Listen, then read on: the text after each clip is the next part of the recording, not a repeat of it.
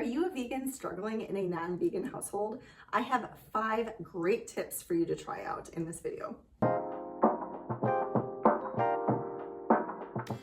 I'm Carly, and I have been vegan and whole food plant-based for the past 6 years, as well as gluten-free for the past 10. So I'm very familiar with what it's like to have to eat a completely different dietary style than those that you may be living with. I have had different roommates and different boyfriends and different family members move in and out of my home.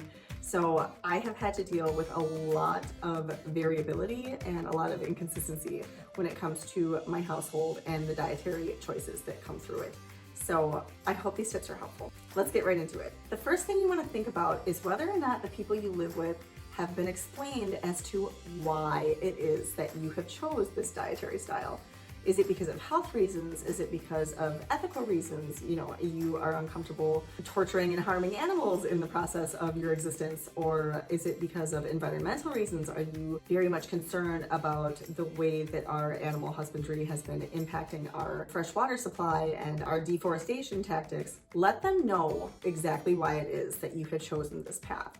They will be much more considerate and much more understanding when it comes to your daily functions if they're able to comprehend why it is that you are creating this distance between yourself and their particular style of eating. Now, this takes some tact because a lot of people will feel judged and almost defensive when it comes to their particular way of eating and the particular foods that they choose to put into their body. It's a very emotionally triggered conversation. So just tread lightly, and there's no reason to force your decisions on them. If it's helpful, I highly recommend providing some educational materials, some books or some documentaries. Some newer ones are like What the Health, Cowspiracy, Game Changers, Forks Over Knives. These are all great visual learning opportunities for people who maybe are not so much in the know when it comes to the high impact that their diet has on our planet and the animals and their health. So maybe just offering some of these things and providing them will open somebody up to the possibilities. So the second thing you're going to want to do is create separate designated areas for your food.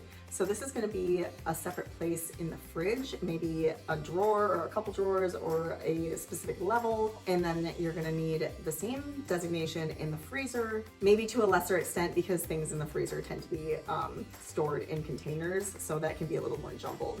But if you're having a lot of trouble staying on track with this lifestyle, I highly recommend even a second freezer or a second fridge to keep your things in. You're also going to need a designated cupboard or pantry area. I recommend a separate cupboard if at all possible, so you don't have to be triggered by those other foods that you're trying to refrain from eating that your household members may still be consuming. But if that doesn't work, just try to keep things as separate as possible. And over time, you'll teach your brain what areas of the kitchen you should be going into and what areas you shouldn't. So if this was at all helpful, make sure you give this video a thumbs up. I have 3 more tips to go. Sorry if you guys can hear my pugs in the background.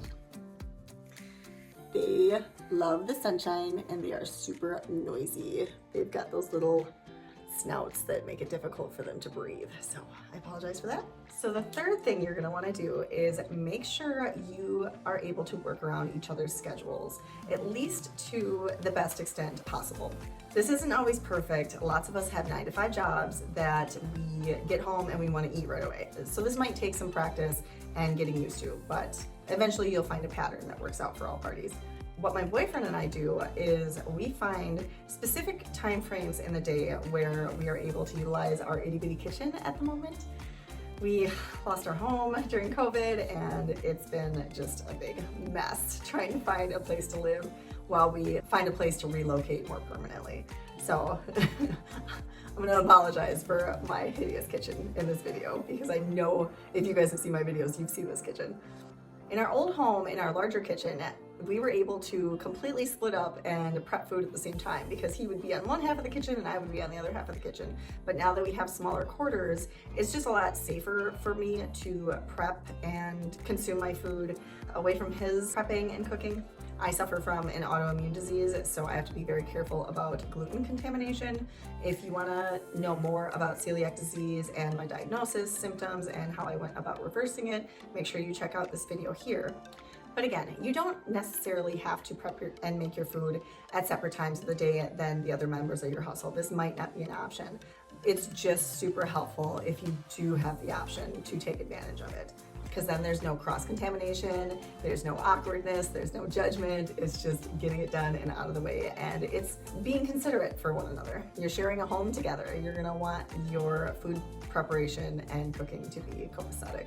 The fourth thing I recommend is to offer to share your meals.